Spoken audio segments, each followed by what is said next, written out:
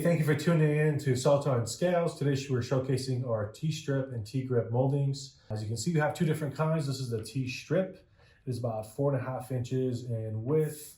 And we have our T-grip here as well. It is about 5 3/4.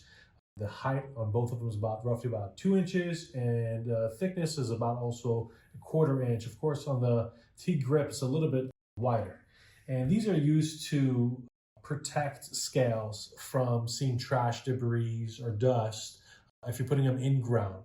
So around them, you could have a nice T-grip or T-strip going and protecting, that area. Also, if you have places where you have drains and you don't want trash to get in, you could also use T-grip or a T-strip to protect those edges. We sell them per foot.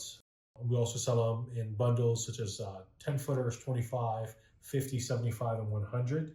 We offer free shipping on all of our products as well. If you have any questions, please let us know. Thanks so much for watching the video and have a great day. Bye-bye.